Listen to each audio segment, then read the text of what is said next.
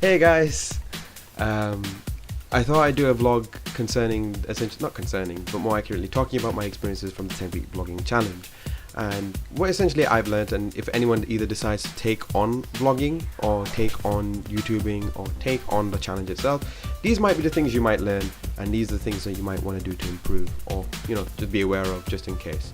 You might see these as little issues, but you don't necessarily have to follow these. These are just to help you out. Number 1, presentations. Presentations for me are about 3 things. 1 is how I look, 2 is music, and 3 title cards. The reason why I bring it up here rather than anywhere else is because this was the first things that I considered when it came to vlogging. These are the things I didn't do until after like the first vlog. So title cards are what people will see when they search for your video. So having a good title card to go with the title will be great because it makes it attracts people in that way. You don't necessarily have to be great at Photoshop, just something that will give you more of an idea, because sometimes YouTube's still choices ain't the greatest.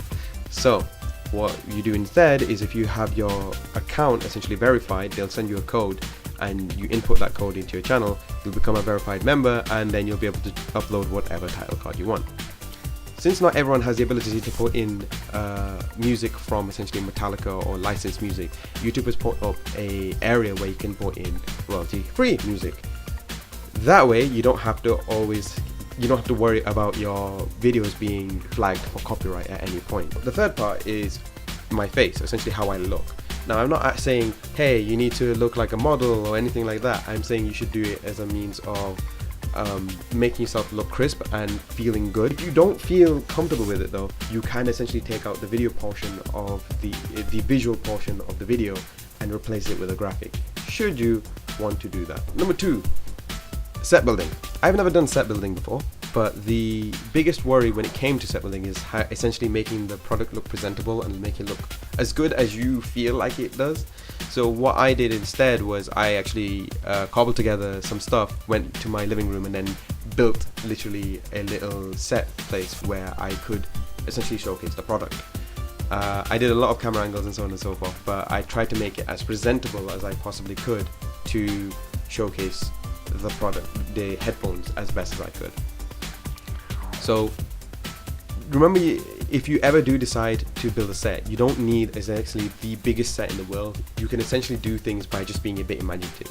So in that video, all I did was I got a lot of bedcloths and I put it on a table, as well as covered things I didn't want to have, and then I got and believe it or not, the little thing was actually an Xbox 360. I just used that and just covered it with a tablecloth.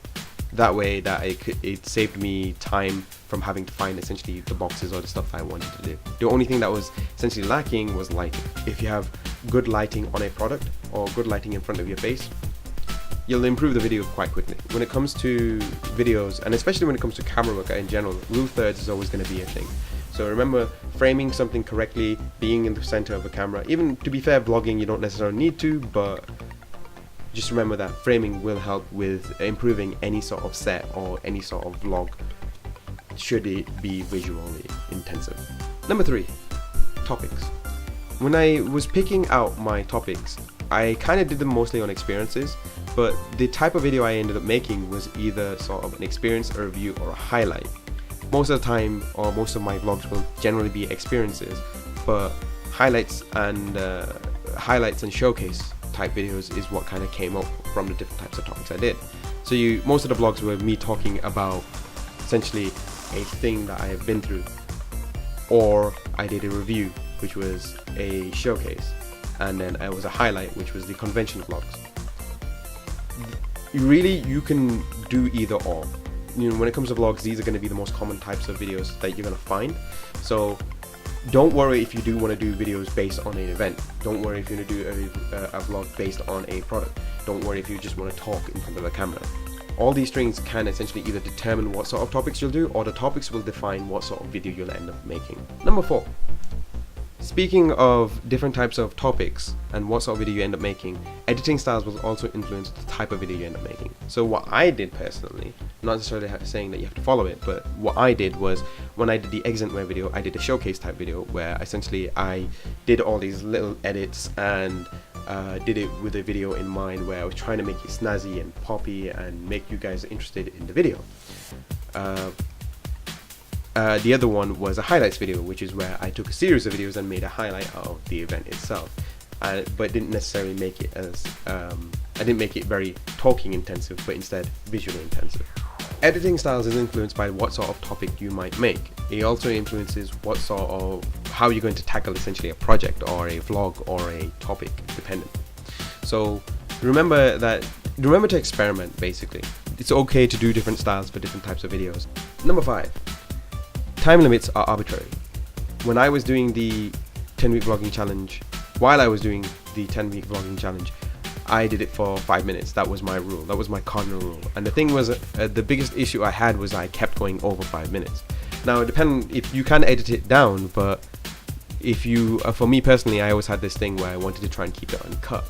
So instead, what I did was I tried to keep it as, you don't have to essentially keep it to 5 minutes. You can go over 5 minutes if you want to.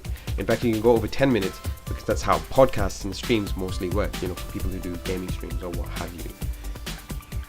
So don't worry, should you go over the 5 minutes. It's just something that I put in place. If you want to keep the 5 minutes, it's a good way of keeping yourself without going into a tangent and trying to keep yourself to a point, but you don't necessarily need to go through 5 minutes. Number 6, scripting. Scripting is not something I have actually the most experience when it comes to a video. The most amount of experience I have is pretty much something similar to storyboarding, but I have not really essentially scripted my videos. I try to do them off the cuff as much as I possibly can because I try to keep these as natural as I possibly can. However, over time I kind of realized that I will have to take some notes because there's so many things I want to cover. So remember that it's okay to take notes and it's okay to essentially plan out what you want to do. As long as you sound passionate about what you want to talk about, scripting is not bad, and sometimes it's actually more recommended to keep yourself focused. Probably the most important point when it comes to vlogging is going to be the issue of rehearsing or practicing what you're going to say. I'm pretty sure most people who have vlogged probably have vlogged maybe 3 or 4 times. Some people will do it at events. When you're doing it at events, there's no such thing as a rehearsal. You're just doing it because you're doing it to have fun. But when it comes to these sort of vlogs, you might be doing these 3 or 4, 5, maybe 6 times, just to make sure what you're saying is correct, just to make sure you feel like what you're saying isn't boring, and you try to make sure that you don't feel like you are going on tangents too much. So don't worry, should you or if you want to rehearse or practice what you want to say, as long as you in the end you feel happy with the video. And number 8, and probably the biggest thing I found the most difficult, was scheduling.